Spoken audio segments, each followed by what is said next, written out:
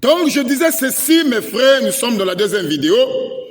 J'ai promis de vous lire 2 Thessaloniciens chapitre 2 à partir du verset, nous prenons rapidement à partir du verset 7. Et j'aimerais bien que tous ceux qui lisent les Écritures, tous les croyants, tous ceux qui interprètent très mal la venue de l'Antéchrist puissent prendre le temps de lire cette Écriture de 2 Thessaloniciens chapitre 2 à partir du verset 7. Il est écrit: car le mystère de l'iniquité agit déjà. Il faut seulement que celui qui le retient encore ait disparu.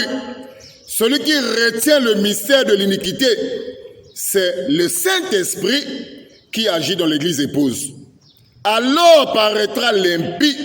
L'impie, c'est l'Antichrist, le dernier pape, que le Seigneur Jésus-Christ détruira par le souffle de sa bouche et qu'il écrasera par l'éclat de son avènement. Écoutez maintenant, l'apparition de cet impie se fera par la puissance de Satan, par toutes sortes de signes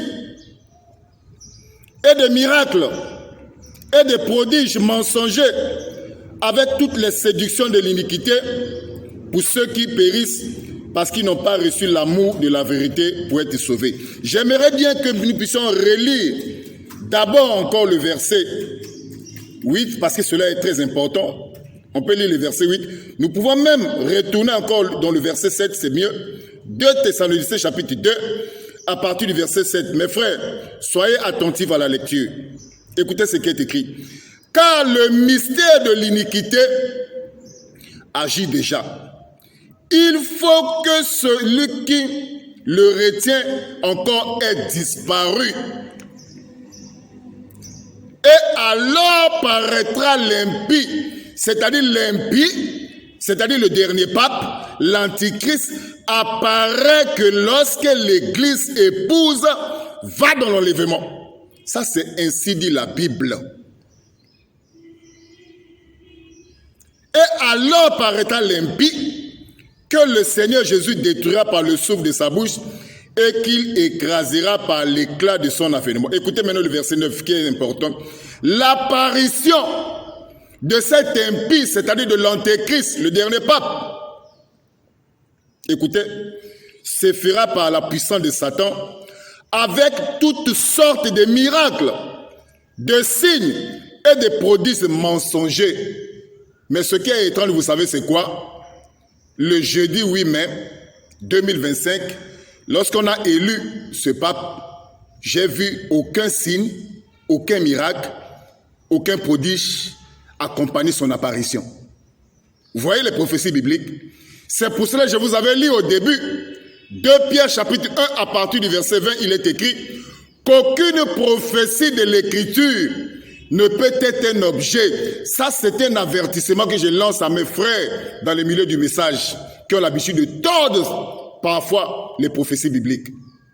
Le prophète William Branham, c'est vrai, en 1954, il a prophétisé avec exactitude qu'il y aura un pape américain, un nouveau pape américain. Mais ce qui est étrange, lorsque le prophète William Branham dit un nouveau pape, certaines personnes ont dit un dernier pape. Ça, c'est une confusion totale. Dans la prophétie, il est écrit qu'un nouveau pape sera issu là-bas, mais certaines personnes mal enfermées, au lieu de laisser un nouveau pape, eux, ils disent un dernier pape. Alors que la prophétie ne dit pas un dernier pape, la prophétie dit un nouveau pape. C'est ça la confusion que nous voyons aujourd'hui dans les milieux du message parmi certains frères, bien sûr. C'est pour cela, mes frères et sœurs, nous, en tant que des croyants, des chrétiens, nous devons être derrière la prophétie. Nous ne devons jamais interpréter les prophéties bibliques comme nous le voulons. Mais nous devons laisser chaque prophétie biblique s'accomplir en son temps. Selon la prophétie que le prophète William Branham avait donnée, il a dit qu'il y aura un pape américain, un nouveau pape issu là-bas des États-Unis. Alors, ils feront quoi? Ils feront l'image de la bête. L'image de la bête, c'est quoi? C'est le Conseil mondial des églises ou l'Association mondiale des églises. Mes frères, demeurons fermes dans les Écritures, N'interprétons pas les prophéties bibliques comme nous le voulons. Que le Seigneur vous bénisse et que la grâce de Dieu soit avec vous. Amen.